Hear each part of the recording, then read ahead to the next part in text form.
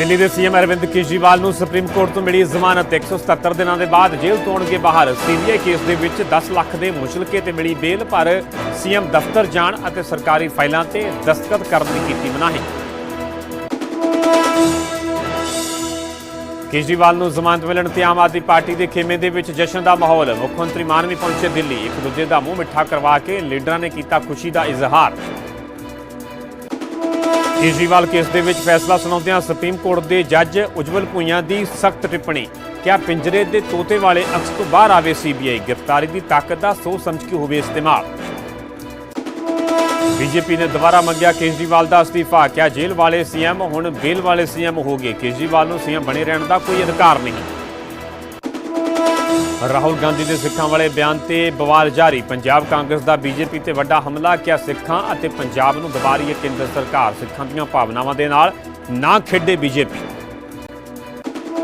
पंजाब च NIA का वड्डा एक्शन। अमृतसर, मोगा, गुरदासपुर सने कई थावां ते कीती छापेमारी। सांसद अमृतपाल के रिश्तेदारां अते साथियां दे खंगाले घर। सांसद अमृतपाल सिंह की चोण रद्द करने की पटीशन से हाई कोर्ट ने जारी किया नोटिस। अमृतपाल के नाल खडूर साहब के सारे उम्मीदवारों को नोटिस। उम्मीदवार रह चुके विक्रमजीत सिंह वालों पाई गई है पटीशन। पुल बंगिश मामले च जगदीश टाइटलर ने अपने ते लगे इल्जामों तो किया इनकार। ट्रायल की कीती मांग। रोज़ एवेन्यू कोर्ट के 3 अक्तूबर तो शुरू होगा ट्रायल। चंडीगढ़ ग्रेनेड अटैक से DGP पंजाब का वड्डा खुलासा। पाकिस्तान बैठा रविंदर रिंदा है मामले का मास्टरमाइंड। रिंदा ने ही हैप्पी पशिया के जरिए कराया अटैक। चंडीगढ़ ब्लास्ट मामले का मुख्य मुलजम रोहन मसीह गिरफ्तार। पंजाब पुलिस ते केंद्रीय एजेंसी ने ज्वाइंट ऑपरेशन के दौरान किया काबू।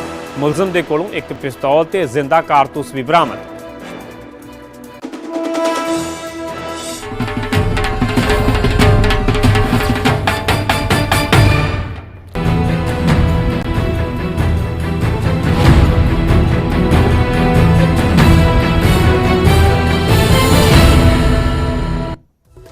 सत श्री अकाल, तुसीं वेख रहे हो न्यूज़ 18 पंजाब। मैं परमिंदर सिंह तेजा। सारे दर्शकों का बुलेटिन स्वागत है। बात करांगे अरविंद केजरीवाल के नाल जुड़ी हुई वड्डी खबर तो।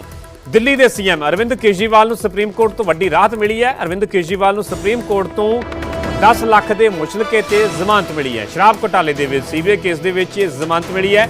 उत्थे अरविंद केजरीवाल को शर्तों के नाल यह जमानत दी गई है। केजरीवाल को ट्रायल कोर्ट के पेश होना होगा। गवाहां दे नाल संपर्क नहीं करनगे। केस नूं लैके जनतक टिप्पणी नहीं करनगे। दफ्तर नहीं जा सकणगे अरविंद केजरीवाल। जिहड़े कि शर्तां दा भी सुप्रीम कोर्ट दे वल्लों जिक्र किया गया, उत्थे ही सरकारी फाइलां ते दस्तखत भी नहीं कर सकणगे। उत्थे फैसला सुनाउण दे दौरान सुप्रीम कोर्ट के जज उज्जवल भुइयां ने CBI ते सख्त टिप्पणियां भी कीतियां ने ते कहा है कि पिंजरे दे विच कैद तोते दे अक्स तो CBI दूर होवे। CBI निरपक्ष होवे ते शक तो परे होवे। 22 महीने तक गिरफ्तारी की लोड़ क्यों नहीं लगी, ये भी सवाल किया गया। ED केस के विच मिली बेल रोकण के लिए CBI ने गिरफ्तारी की। गिरफ्तारी के समय ते सवाल खड़े होंदे ने। CBI वालों की गई है गिरफ्तारी अनजस्टिफाइड है। इस गल का भी जिहड़ा कि सुप्रीम कोर्ट के वालों जिक्र किया गया। जमानत नियम है, जेल अपवाद है। असहयोग का मतलब दोषी ठहराना नहीं। गिरफ्तारी की ताकत का इस्तेमाल सोच समझ के होवे। मुकदमे की प्रक्रिया सज़ा का रूप ना धारे। ये वड्डियां टिप्पणियां में जो कि सुप्रीम कोर्ट के जज उज्जवल भुइयां के वल्लों कीतियां गईयां ने। CBI ते सख्त टिप्पणियां कीतियां गईयां ने। इस दे विचाले अरविंद केजरीवाल को सुप्रीम कोर्ट तो वड्डी राहत मिली, जमानत मिली। शाम तक तिहाड़ जेल तो अरविंद केजरीवाल की रिहाई हो सकती है। इस दे विचाले आम आदमी पार्टी के विचकार जशन का भी माहौल है। मुख्यमंत्री भगवंत मान खुद दिल्ली पहुंच चुके हैं। अरविंद केजरीवाल के स्वागत की भी आम आदमी पार्टी के वल्लों तैयारी पूरी की गई है।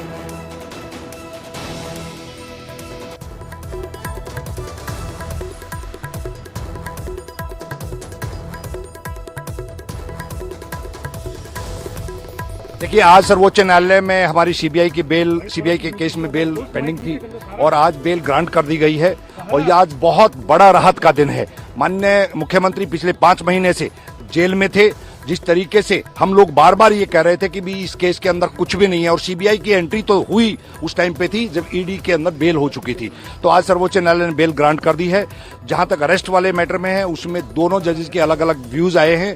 उसके बारे में जब ऑर्डर्स आ जाएगा मैं कमेंट करूंगा। लेकिन आज राहत का दिन है दिल्ली वालों के लिए भी, दिल्ली की जनता के लिए भी, आम आदमी पार्टी के लिए भी। क्या क्या रखे गए कोर्ट की तरफ से?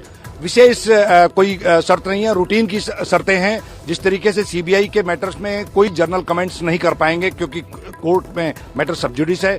बाकी कोर्ट्स की जब भी कॉल आएगी, जब भी हियरिंग होगी, माननीय मुख्यमंत्री जी को पेश होना पड़ेगा। सभा कर सकते हैं मुख्यमंत्री, इस तरह का कोई बैन नहीं है, इस तरह का कोई बैन नहीं है। प्रचार भी कर पाएंगे माननीय मुख्यमंत्री, अपने तरीके से जो उनकी जिम्मेवारी है उसको निभा पाएंगे। हरियाणा में अरविंद केजरीवाल नजर आएंगे? बिल्कुल नजर आएंगे। आज शाम को दिल्ली की जनता के बीच में होंगे और बहुत जल्दी हरियाणा की जनता के बीच में होंगे। के मंसूबों पे पानी फिर गया।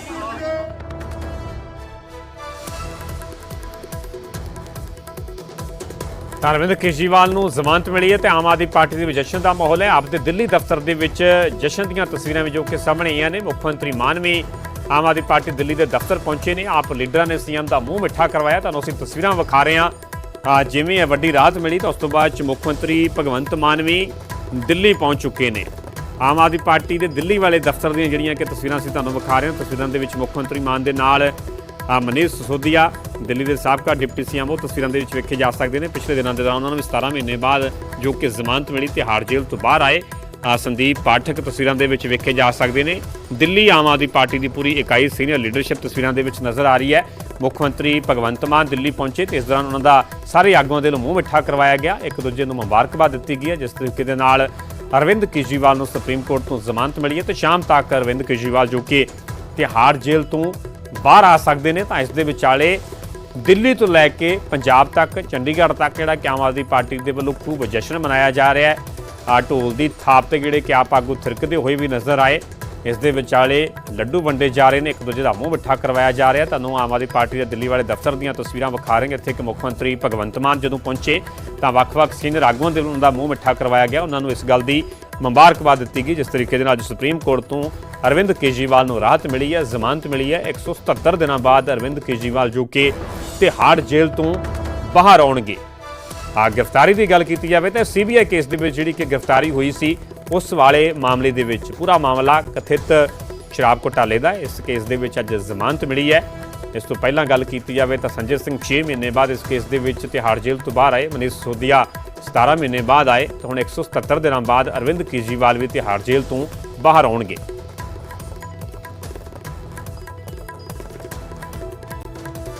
मंसूबों पे पानी फिर गया। वो लोग विपक्ष के नेताओं को जेल में डाल के सत्ता में बने रहना चाहते हैं। उनका मकसद ही ये है। आम आदमी पार्टी को और ताकत मिलेगी और पार्टी का एक कार्यकर्ता होने के नाते दिल्ली का एक दिल्ली और पंजाब और पूरे देश भर का एक नागरिक होने के नाते मैं तहे दिल से स्वागत करता हूं इस फैसले का।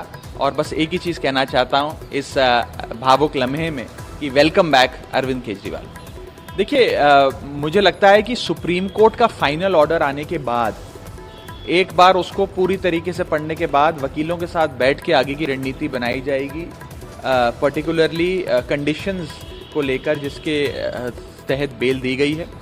अभी क्योंकि एक अंश ही सुप्रीम कोर्ट का ओरली पढ़ा गया कोर्ट में, तो उस पर मैं विस्तार से टिप्पणी नहीं करना चाहूँगा। एक बार जजमेंट की कॉपी मिल जाए, मुख्यमंत्री जी रिहा हो जाएं और उसके बाद वकीलों के साथ बैठकर आगे की रणनीति बनाएंगे। लेकिन मोटे मोटे तौर पर आज उनकी रिहाई के इस आदेश से केवल आम आदमी पार्टी में नहीं बल्कि दिल्ली और देश में एक खुशी की लहर दौड़ गई है और एक लंबे संघर्ष के बाद अरविंद केजरीवाल जी लौट रहे हैं।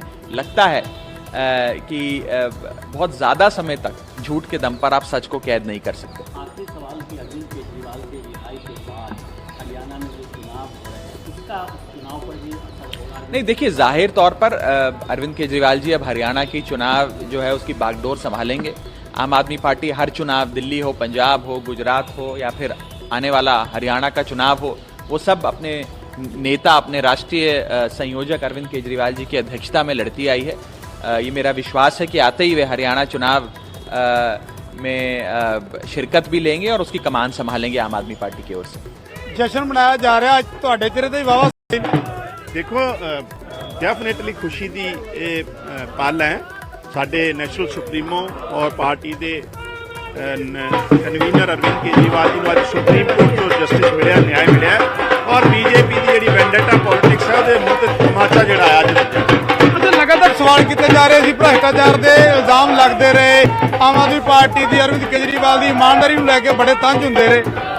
3 ਸਾਲਾਂ 'ਚ ਕੁਛ ਤੇ ਕੋਈ ਰਿਕਵਰੀ ਨਹੀਂ, ਇੱਕ ਨਵਾਂ ਪੈਸਾ ਇਹਨਾਂ ਨੂੰ ਮਿਲਿਆ ਨਹੀਂ। ਸਾਰੇ ਇਹਨਾਂ ਨੇ ਛਾਪੇ ਮਾਰ ਲਏ, ਸਾਰੇ ਲੀਡਰਾਂ ਨੂੰ 2-2 ਸਾਲ 1.5 ਸਾਲ ਜੇਲ੍ਹਾਂ 'ਚ ਬੰਦ ਕਰਕੇ ਦੇਖ ਲਿਆ।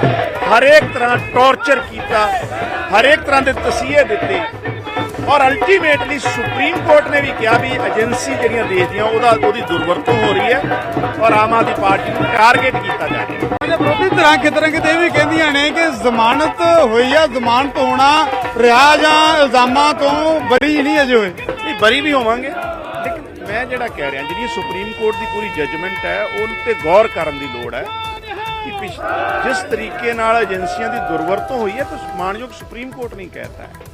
तो डेफिनेटली ये पूरा इलीगल अनकॉन्स्टिट्यूशनल वेंडेटा पॉलिटिक्स का केस है और बाइज्जत जड़ी है आम आदमी पार्टी बाहर निकलोगी। ਅੱਛਾ, ਦਿੱਲੀ 'ਚ ਆਮ ਆਦਮੀ ਪਾਰਟੀ ਦੀ ਸਰਕਾਰ, ਪੰਜਾਬ 'ਚ ਆਮ ਆਦਮੀ ਪਾਰਟੀ ਦੀ ਸਰਕਾਰ, ਵਿਚਾਲੇ ਹਰਿਆਣਾ ਤੇ ਹਰਿਆਣੇ ਤੋਂ ਅਰਵਿੰਦ ਕੇਜਰੀਵਾਲ ਆਉਂਦੇ ਨੇ, ਚੋਣਾਂ ਵੀ ਆ ਗਈਆਂ ਨੇ, ਕੀ ਲੱਗਦਾ?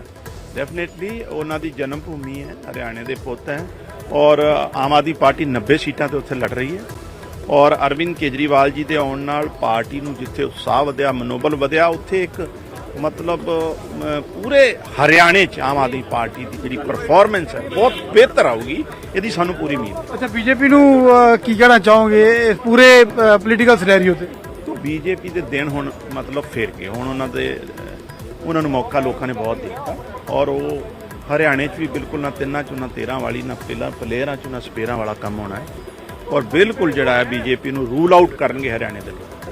हाँ जी, जमानत मिल गई है। लोकतंत्र जिहड़ा अपनी उन्हें अपने रंग लियांदा है। ये लोकतांत्रिक डेमोक्रेटिक कंट्री है ते बाबा साहिब जी दे जिहड़े संविधान है ਉਹਦੀ ਇੱਕ ਜਿੱਤ ਹੋਈ ਹੈ। ਇਹ ਪਤਾ ਲੱਗਦਾ ਕਿ ਸਾਡੇ ਦੇਸ਼ ਦਾ ਜਿਹੜਾ ਸੰਵਿਧਾਨ ਹੈ ਉਹ ਕਿੰਨਾ ਸ਼ਕਤੀਸ਼ਾਲੀ ਹੈ। ਇੱਕ ਇਮਾਨਦਾਰ ਬੰਦੇ ਨੂੰ, ਸਿਸਟਮ ਬਦਲਣ ਵਾਲੇ ਬੰਦੇ ਨੂੰ ਇੱਕ ਸਿਰਫ ਕਿ ਉਹ ਪ੍ਰਚਾਰ ਨਾ ਕਰ ਸਕੇ ਇਲੈਕਸ਼ਨ ਤੋਂ ਪਹਿਲਾਂ ਜੇਲ੍ਹ ਦੇ ਵਿੱਚ ਬੰਦ ਕੀਤਾ ਗਿਆ ਹੈ। ਅੱਜ ਉਹ ਸੁਪਰੀਮ ਕੋਰਟ ਦੇ ਰਿਹਾਈ ਦੇ ਨਾਲ, ਜ਼ਮਾਨਤ ਦੇ ਨਾਲ ਬਾਹਰ ਆ ਰਹੇ ਨੇ। ਇੱਕ ਸਾਡੇ ਵਲੰਟੀਅਰਸ ਦੇ ਵਿੱਚ, ਸਾਡੀ ਲੀਡਰਸ਼ਿਪ ਦੇ ਵਿੱਚ ਬਹੁਤ ਵੱਡਾ ਉਤਸ਼ਾਹ ਸੀ। ਆਪਣੀ ਖੁਸ਼ੀ ਜ਼ਾਹਰ ਨਹੀਂ ਕਰ ਸਕਦੇ ਜੀ। अरविंद केजरीवाल भारतीय राजनीति को इस निचले स्तर पर ले आए हैं कि सर्वोच्च न्यायालय को कहना पड़ रहा है उन्हें कि कंडीशनल बेल दे रहे हैं, लेकिन जो गवाह हैं उनको इन्फ्लुएंस नहीं करोगे, डराया नहीं जाएगा और साथ में जो साक्ष्य है, जो प्रमाण है, उसको नष्ट करने का प्रयास नहीं करोगे। अरविंद केजरीवाल का पासपोर्ट न्यायालय में रहेगा और वो विदेश यात्रा पे नहीं जा सकते। जेल वाला सीएम बेल वाला हो गया क्योंकि 10 लाख का बेल बॉन्ड मुचलका भर के बाहर निकले हैं ये भ्रष्टाचारी। अब आप बताइए, एक मुख्यमंत्री संवैधानिक पद पे बैठा है और वो 10 लाख का मुचलका भर के बाहर आता है, अभियुक्त होता है, उसके खिलाफ मुकदमा चल रहा है। क्या दिल्ली को ऐसा मुख्यमंत्री चाहिए? ये भ्रष्टाचारी अरविंद केजरीवाल भी झुकेगा और वो भी दिन आएगा जब जनता इस्तीफा लेगी इससे। को मेरी गुजारिश इतनी है ऑनरेबल सुप्रीम कोर्ट, अगर आपको खुद ही नजर आ रहा है कि इन्होंने ये तोते बंद करिए, एजेंसीज तोतों की तरह, तो ये पिंजरा खोलने का काम तो सुप्रीम कोर्ट नहीं करना। अगर थोड़े से और प्रोएक्टिव हों और टाइम से मदाखलत करें, ये इनका कोई तोता पिंजरे में जा ही नहीं सकता। तो हमारी गुजारिश इतनी है, जब आपको पता है गवर्नमेंट इज बायस्ड, ये मेरिट पर नहीं कर रही, ये अपने पॉलिटिकल ओपोनेंट्स को पॉलिटिकल कारणों की वजह से, क्योंकि जब ये घुमा लेते हैं, कोई मान जाता है तो फिर 5 मिनट में सारा कुछ ठीक हो जाता है। इनकी वॉशिंग मशीन से सारा बढ़िया हो जाता है काम, ड्राई क्लीनिंग हो जाती। और जो ड्राई क्लीनिंग नहीं करवाना चाहता उसको कहते हैं इसकी तय लगा दीजिए, जैसे कपड़ों की तय लगाई होती कि उतनी देर इसको रहने दो। सो मैं समझता हूँ कि ऑनरेबल कोर्ट ने जब खुद ही महसूस कर लिया, as a ordinary citizen of India, what should I say, when the honourable court has itself given this kind of a strong indictment, one to center must understand. If it does not understand, we need a very proactive judicial system. ये सभी का, हर हिंदुस्तान के citizen का बुनियादी हक है bell लेना। Court ने बेल दे दी तो सभी कुछ ठीक ही है जी। पहले भी केजरीवाल साहब आ रहे थे, तो ऑब्वियसली ये सारी बात है, it doesn't make much of a difference. बाहर आए हैं, कोर्ट्स ने उनको जमानत दी है, तो हमारी तो इतनी ही गुजारिश है कि कोर्ट्स थोड़े से एक्टिव रहे। बाकी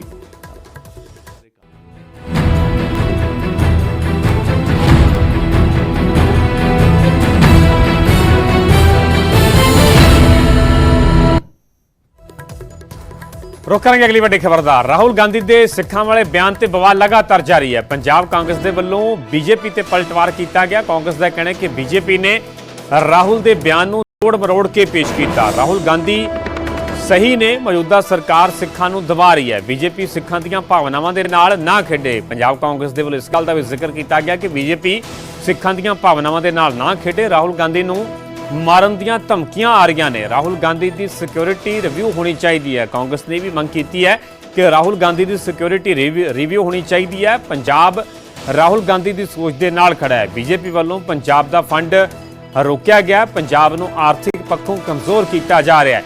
ਵਿਰੋਧੀ ਧਿਰ ਦੇ ਆਗੂ ਪ੍ਰਤਾਪ ਸਿੰਘ ਬਾਜਵਾ ਦਰਅਸਲ ਤੇ ਐਮਪੀ ਚਰਨਜੀਤ ਚੰਨੀ ਨੇ ਪ੍ਰੈਸ ਕਾਨਫਰੰਸ ਕੀਤੀ ਤੇ ਇਸ ਦੌਰਾਨ ਬੀਜੇਪੀ ਨੂੰ ਨਿਸ਼ਾਨੇ ਤੇ ਲਿਆ ਗਿਆ।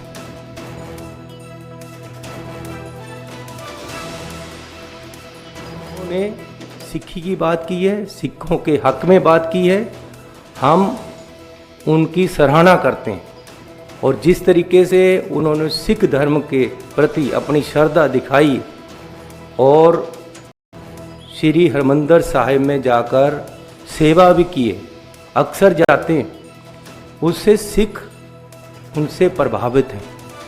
और ये जो जहाद अब जिस तरीके से बीजेपी इस उनकी जो स्टेटमेंट है इसको मिस इंटरप्रेट कर रही है, वो एक्चुअली क्या है, वो ये नहीं कह रहे हैं कि जी ये बाहर जाकर बोला है इसलिए बदनाम हो गए हम।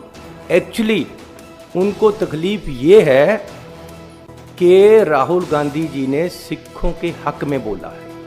तकलीफ ये है कि इन्होंने सिखों के हक में क्यों बोला, इसलिए लड़ाई दूसरी तरफ से बनाकर सिखों को बदनाम करने की कोशिश की जा रही है और राहुल गांधी जी को बदनाम करने की कोशिश की जा रही है।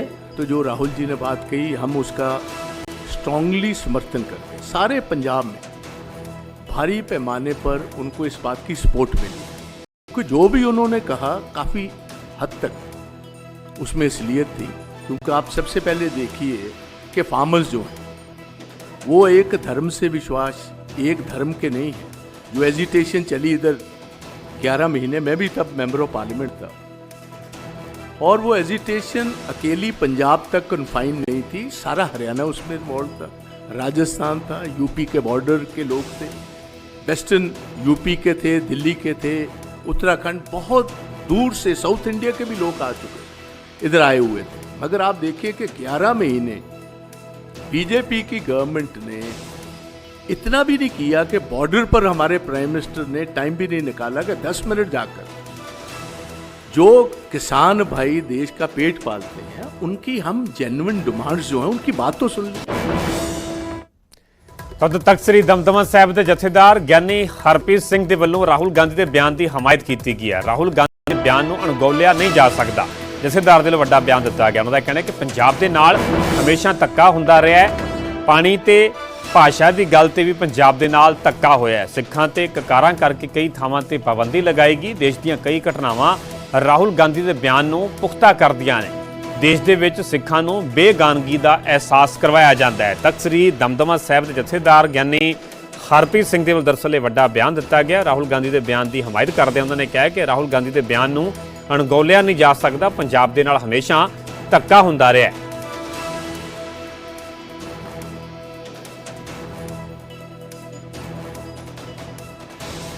ये बयान अणगौलिया नहीं किया जा सकता, ना इनू रद्द किया जा सकता है। भारत दे विच सिखां दे धार्मिक हक हकूक, राजसी समाजिक ते आर्थिक अधिकार हमेशा जिहड़े वो कुचले गए हैं। राजनीतिक इतिहास का यह अपवाद है कि हुक्मराना ने कदे भी नस्ल, जात ਖਿੱਤੇ ਤੇ ਫਿਰਕੇ ਦੇ ਭੇਦਭਾਵ ਰੱਖੇ ਬਗੈਰ ਜਨਤਾ ਦੇ ਪ੍ਰਤੀ ਸਮਾਨ ਨਿਆਂਪੂਰਨ ਰਾਜ ਧਰਮ ਨਹੀਂ ਨਿਭਾਇਆ। ਤੇ ਦੂਜੇ ਪਾਸੇ ਇਹ ਵੀ ਸੱਚਾਈ ਹੈ ਕਿ ਸਿੱਖਾਂ ਨੇ ਕਦੇ ਜ਼ੁਲਮੀ ਰਾਜ ਅੱਗੇ ਸਿਰ ਨਹੀਂ ਝੁਕਾਇਆ। ਇਹੋ ਕਾਰਨ ਹੈ ਕਿ ਬਾਬਰ ਤੋਂ ਲੈ ਕੇ ਦਿੱਲੀ ਦੇ ਤਖਤ ਤੱਕ ਦੇ ਹੁਕਮਰਾਨਾਂ ਦੀਆਂ ਅੱਖਾਂ ਦੇ ਵਿੱਚ ਸਿੱਖ ਹਮੇਸ਼ਾ ਰੜਕਦੇ ਰਹੇ ਨੇ। ਸਿੱਖ ਕੌਮ ਨੂੰ ਭੁਲੇਖਾ ਨਹੀਂ ਹੈ ਕਿ ਕਿਹੜਾ ਹੁਕਮਰਾਨ ਉਹਨਾਂ ਪ੍ਰਤੀ ਕਿਹੋ ਜਿਹੀ ਨੀਤੀ ਤੇ ਸੋਚ ਰੱਖਦਾ ਹੈ।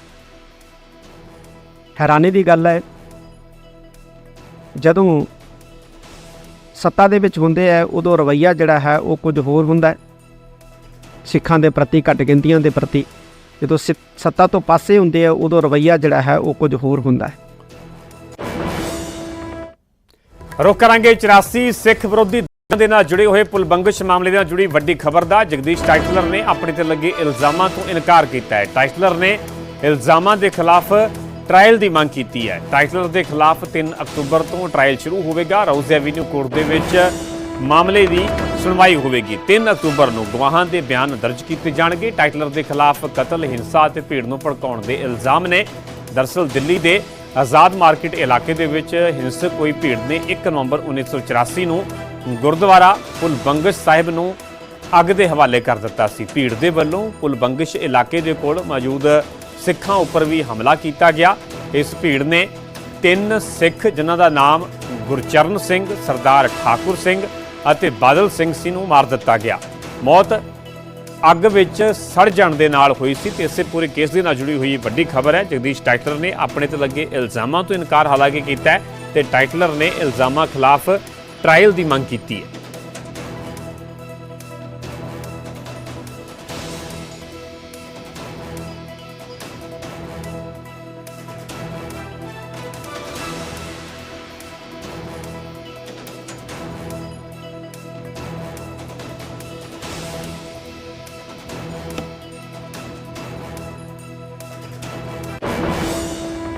हमें यही बोला है भाई 3 तारीख हमको जिस दिन आए थे हमें तारीख दी थी, हम तारीख पे आए। अब 3 अक्टूबर तारीख है, इसको जेल होनी चाहिए, इसको सजा होनी चाहिए, इसको फांसी होनी चाहिए। ये जिंदा रहने जैसा नहीं है। इन्होंने सिखों का कत्लेआम करा है, बुला बुला के सिखों को मारा है इन्होंने। 15 साल का कोई बच्चा नहीं छोड़ा है इन्होंने। माओं की गोदी खाली कर दी, माओं की बहनों के सुहाग लूट ले, बेट बेटी की इज्जतें लूटी है। बहुत बुरा किया हमारे साथ, इसको माफ़ नहीं करना चाहिए। हमारा ये कहना है बहुत अच्छी बात है, चलो देर से ही सही कुछ तो सुनी हमारी सरकार ने। अब दोषी करार दिया है इसको, अब ये आएगा तरीक़ों पे, जेल जाएगा तो इसके घर वालों को भी तो कुछ ठेस पहुंचनी चाहिए। हमारे तो ज़िंदगी से चले गए, 40 साल मैंने इंतज़ार करा है, 40 साल बाद ही सही कुछ तो किरण जगी। अब जेल में जाए तो इसको भी पता लगे, इसकी फैमिली वाले तड़पें। हम कैसे अपने परिवार के लिए तड़प रहे हैं। एक एक घर के 10-10 जने दे के आए हम। हाँ, बहनों के भाई चले गए, सुहागनों के सुहाग चले गए, माओं के लाल चले गए। एक एक घर के 10-10 जने जो जाएंगे उस इंसान पे क्या बीतेगी। 40 साल से हम लड़ाई लड़ रहे हैं। बहुत लेट हो गया, पर चलो लेट है पर दुरुस्त है भाई।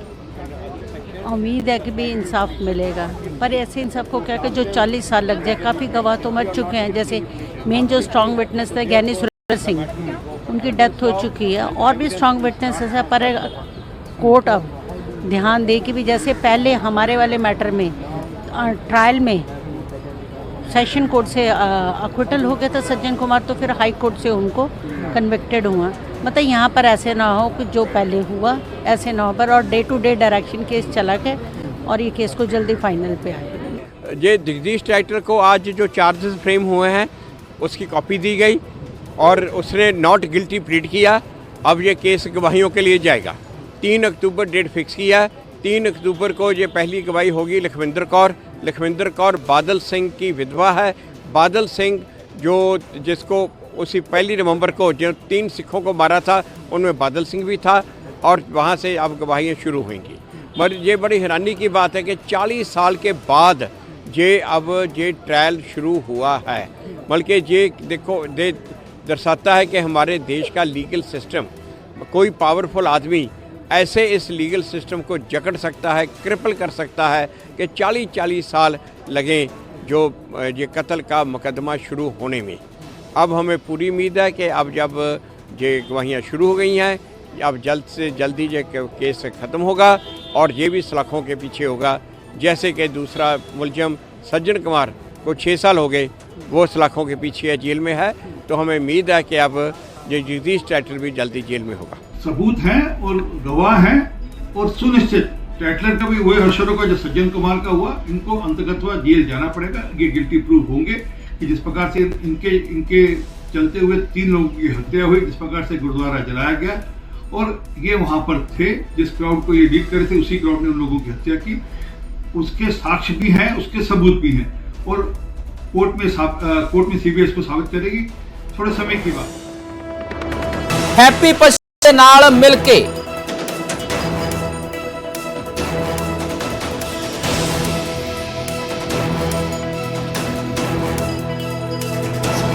ਜਿਹੜੀ ਪ੍ਰੀਲਿਮਿਨਰੀ ਇਨਵੈਸਟੀਗੇਸ਼ਨ ਦੇ ਵਿੱਚ ਗੱਲ ਆਈ ਹੈ ਸਾਹਮਣੇ ਕਿ ਪਾਕਿਸਤਾਨ ਦੀ ਆਈਐਸਆਈ ਦੇ ਇਸ਼ਾਰੇ ਤੇ ਪਾਕਿਸਤਾਨ ਬੇਸਡ ਹਰਵਿੰਦਰ ਰਿੰਦਾ ਇਸ ਗ੍ਰੇਨੇਡ ਅਟੈਕ ਦਾ ਮਾਸਟਰਮਾਈਂਡ ਸੀਗਾ, ਜਿਸ ਨੇ ਯੂਐਸ ਬੇਸਡ ਹੈਪੀ ਪਾਸੀਆਂ ਦੇ ਆਪਰੇਟਿਵਸ ਰਾਹੀਂ ਇਸ ਨੂੰ ਐਗਜ਼ੀਕਿਊਟ ਕਰਾਇਆ ਹੈ।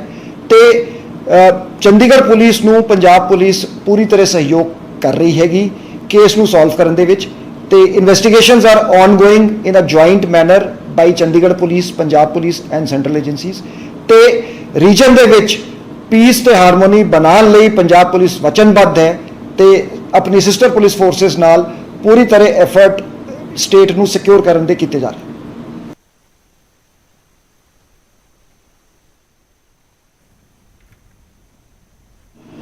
ਹਾਲ ਦੇ ਵਿੱਚ ਚੰਡੀਗੜ੍ਹ ਦੇ ਗ੍ਰੇਨੇਡ ਬਲਾਸਟ ਕੇਸ ਦੇ ਵਿੱਚ ਇੱਕ ਇੰਪੋਰਟੈਂਟ ਬ੍ਰੇਕ ਥਰੂ ਅਚੀਵ ਹੋਈ ਹੈ, ਜਦੋਂ ਪੰਜਾਬ ਪੁਲਿਸ ਨੇ in a joint operation with central agencies Rohan Masih ਨੂੰ ਗ੍ਰਿਫਤਾਰ ਕੀਤਾ ਹੈਗਾ, ਜੋ he is the one of the 2 main perpetrators of the grenade blast.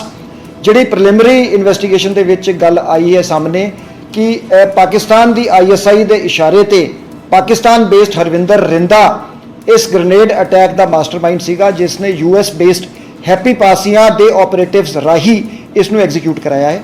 ਤੇ ਚੰਡੀਗੜ੍ਹ ਪੁਲਿਸ ਨੂੰ ਪੰਜਾਬ ਪੁਲਿਸ ਪੂਰੀ ਤਰ੍ਹਾਂ ਸਹਿਯੋਗ ਕਰ ਰਹੀ ਹੈਗੀ ਕੇਸ ਨੂੰ ਸੋਲਵ ਕਰਨ ਦੇ ਵਿੱਚ।